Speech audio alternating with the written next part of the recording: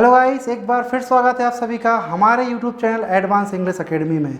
तो आज हम आपके लिए लेके आए हैं नाउन का अंतिम टॉपिक अर्थात केस ऑफ नाउन। इस टॉपिक में हम सीखेंगे नाउन के कितने केस होते हैं, इंग्लिश ग्रामर में तो कितने प्रकार के कारक होते हैं और केस क्या होते हैं, उनका क्या काम होता है। तो ये हम जानते हैं इंग्लिश लैंग्वेज में मोस्टली 3 प्रकार के केस होते हैं। सबसे प्रथम होता है नॉमिनेटिव या सब्जेक्टिव केस, जिसे कर्ता कारक कहा जाता है। नंबर 2 एक्यूजिव या ऑब्जेक्टिव केस, जिसे कर्म कारक कहा जाता है। नंबर 3 पजेसिव या जेनेटिव केस, जिसे संबंध कारक कहा जाता है। 2 और केस होते हैं डेटिव केस, संप्रदान कारक, जो कि एक्यूजिव केस के अंतर्गत आता है, और एक होता है वोकेटिव केस अर्थात संबोधन कारक, जो कि नॉमिनेटिव केस के अंतर्गत आता है। तो केस को समझने के लिए सबसे पहले हमें समझना जरूरी है कि डायरेक्ट और इनडायरेक्ट ऑब्जेक्ट क्या होता है। तो डायरेक्ट इनडायरेक्ट ऑब्जेक्ट को समझने के बाद ही आपको समझ में आएगा कि एक्चुअली में हमारा एक केस या कारक क्या कहलाते हैं। तो डायरेक्ट इनडायरेक्ट ऑब्जेक्ट को अच्छे से समझने के लिए हमें आपके लिए एक दूसरा वीडियो लेक्चर बनाएंगे। फिलहाल में एक छोटे तरीके से आसानी से समझते हैं हम इन एग्जाम्पल के साथ। तो देखिए, for example, Shubham taught him English, Shubham ने उसे अंग्रेजी पढ़ाई। ये एक सेंटेंस है, इसमें सेंटेंस पूरा होता है। यह सेंटेंस को हम ऐसे भी कह सकते हैं, Shubham taught English to him. इसमें भी शुभम ने उसे अंग्रेजी पढ़ाई। इसमें आप देख सकते हैं हुम अर्थात कौन या किसने। तो यहाँ पे अंग्रेजी किसने पढ़ाई? शुभम ने। हु का आंसर होता है किसने या कौन, तो यहाँ पे अंग्रेजी पढ़ा रहा है शुभम, तो हु का आंसर होगा शुभम, जो कि इस सेंटेंस का एक सब्जेक्ट है। हुम किसको अर्थात किसको पढ़ाई, तो हुम का अर्थ होता है कि किसको, अर्थात अंग्रेजी किसको पढ़ाई, तो अंग्रेजी पढ़ाई हिम, जो इस सेंटेंस का एक ऑब्जेक्ट है। नेक्स्ट होता है व्हाट, शुभम ने पढ़ाई लेकिन शुभम ने उसको पढ़ाई लेकिन क्या पढ़ाया, तो अंग्रेजी पढ़ाई, शुभम ने अंग्रेजी पढ़ाई। व्हाट अर्थात क्या, शुभम ने क्या पढ़ाया, अंग्रेजी पढ़ाई, तो अंग्रेजी भी यहाँ पे एक ऑब्जेक्ट है। तो इस सेंटेंस में आप देख सकते हैं शुभम हमारा एक सब्जेक्ट है और हिम एंड इंग्लिश 2 ऑब्जेक्ट हैं। इन्हीं ऑब्जेक्ट को हमें समझना बहुत ही ज़रूरी होता है कि इस सेंटेंस में 2 ऑब्जेक्ट हैं, तो कौन सा एक डायरेक्ट ऑब्जेक्ट है और कौन सा एक इनडायरेक्ट ऑब्जेक्ट है। तो अब यहाँ पे Shubham taught English, Shubham taught English, Shubham ने अंग्रेजी पढ़ाई, कहीं ना कहीं आप सेंटेंस देख सकते हैं। ये सेंटेंस एक कंप्लीट सेंस रख रहा है कि शुभम ने अंग्रेजी पढ़ाई। यहाँ पे कंप्लीट सेंस हुआ, अर्थात यहाँ पर इंग्लिश जो है एक डायरेक्ट ऑब्जेक्ट है। इसे आप मेन या ऑर्डिनरी ऑब्जेक्ट भी कह सकते हैं। दूसरा हम देखते हैं शुभम टॉट हिम, शुभम ने उसे पढ़ाया, शुभम ने पढ़ाया, परंतु क्या पढ़ाया, ये सेंटेंस कहीं ना कहीं पूरा नहीं हो रहा है, अर्थात ये सेंटेंस हमारे लिए क्वेश्चनेटिव है, इसीलिए इसमें जो हिम है यह एक इनडायरेक्ट ऑब्जेक्ट है। तो आपको इनडायरेक्ट ऑब्जेक्ट या डायरेक्ट ऑब्जेक्ट में कोई कन्फ्यूजन हो तो इसके लिए हमारी एक ट्रिक भी है जो आप ट्रिक के द्वारा से समझ सकते हैं। जैसे कि हुम, तो हुम का अर्थ हमेशा होता है किसको या किसे। हुम अर्थात किसको किसे, शुभम ने अंग्रेजी पढ़ाई, किसको पढ़ाई, हुम डिड ही टीच इंग्लिश, तो यहाँ पे हुम का आंसर है हिम। तो हिम यहाँ पे हमारा एक इनडायरेक्ट ऑब्जेक्ट है।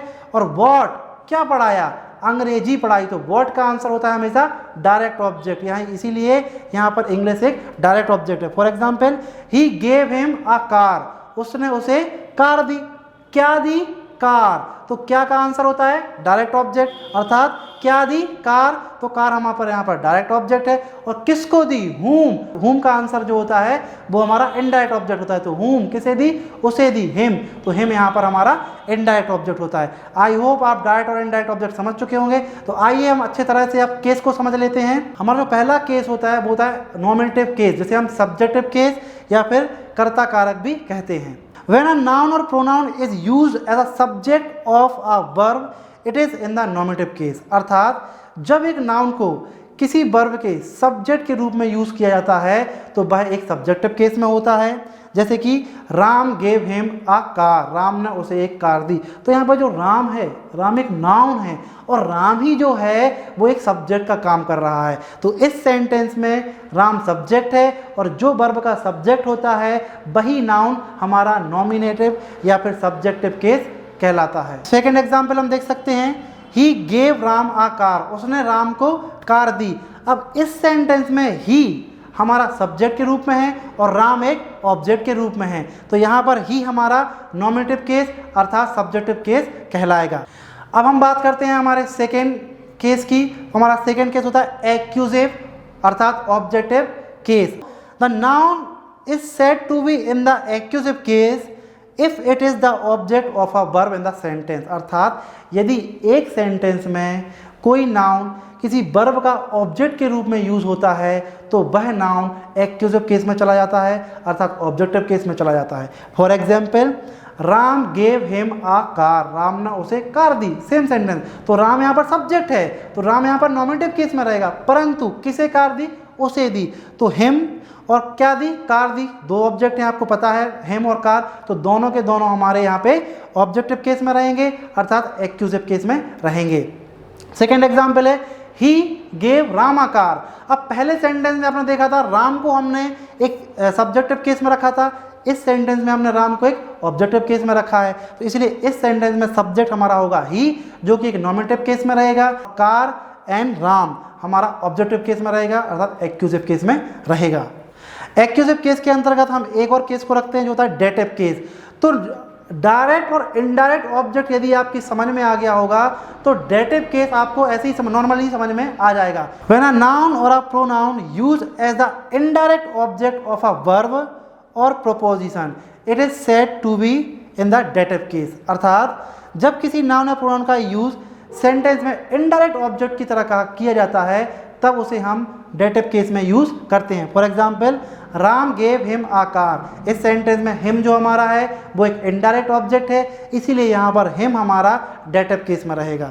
Second example, he gave Ram a car, इस सेंटेंस में राम हमारा एक जो है इनडायरेक्ट ऑब्जेक्ट है, इसीलिए राम जो हमारा है वो डेटिव केस में रहेगा। तो हमारा तीसरा केस होता है पजेसिव केस, अर्थात संबंध कारक। तो ये बहुत ही इजी केस होता है, इसको समझने के लिए हम इसकी डेफिनेशन पढ़ते हैं।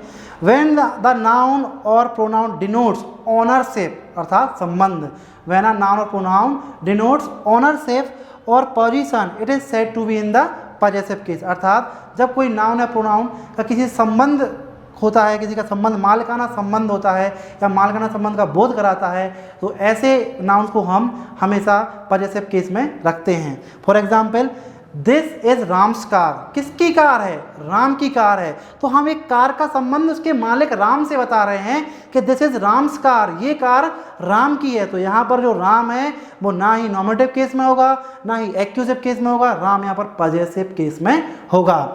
सेकेंड एग्जाम्पल है, सी इज माई सिस्टर, वह लड़की मेरी बहन है, किसकी बहन है, मेरी बहन है। तो कहीं ना कहीं मैं उस लड़की का खुद से संबंध बता रहा हूँ, एक हक बता रहा हूँ, तो इसीलिए इसको हम इस यहाँ पे माय जो वर्ड है पजेसिव केस में रहेगा। थर्ड होता है, दिस इज माई पेन, यह पेन मेरा है, तो इस पेन का संबंध ही मुझसे बताया जा रहा है, इसलिए यहाँ पर माइन जो है वो हमारा पजेसिव केस के अंतर्गत आता है। नाउन चाहे नॉमिनेटिव केस में हो या एक्यूजिव केस में हो उसका फॉर्म नहीं बदलता, अर्थात नाउन का फॉर्म सिर्फ और सिर्फ पजेसिव केस में बदलता है, नॉमिनेटिव केस और एक्यूजिव केस में नहीं बदलता है। For example, Ram gave him a car, Ram ने उसे कार दी, यहाँ पर राम एक सब्जेक्टिव केस में है। Second example, he gave Ram a car, उसने राम को कार दी, यहाँ पर राम हमारा ऑब्जेक्टिव केस में है, लेकिन एक ऑब्जेक्ट के रूप में है, लेकिन यहाँ पर राम की फॉर्म चेंज नहीं हुई है। अब हमारा थर्ड एग्जाम्पल है, दिस इज राम्स कार, अब यहाँ पर जो राम है वह हमारा पजेसिव केस में है, और पजेसिव केस में आपने देखा कि राम की फॉर्म जो है वो चेंज हो गई है, राम का फॉर्म बदल गया है। तो नाउन जो होता है, नाउन की फॉर्म हमारा नॉमिनेटिव और एक्यूजिव केस में चेंज नहीं होता है, सिर्फ और सिर्फ पजेसिव केस में चेंज होता है। परंतु प्रोनाउन की सारी फॉर्म्स, जो प्रोनाउन होता है, प्रोनाउन सारे के सारे केस में उसकी फॉर्म बदल जाती हैं, अर्थात एक प्रोनाउन की सारी फॉर्म्स को हम किसी भी केस में बदल सकते हैं।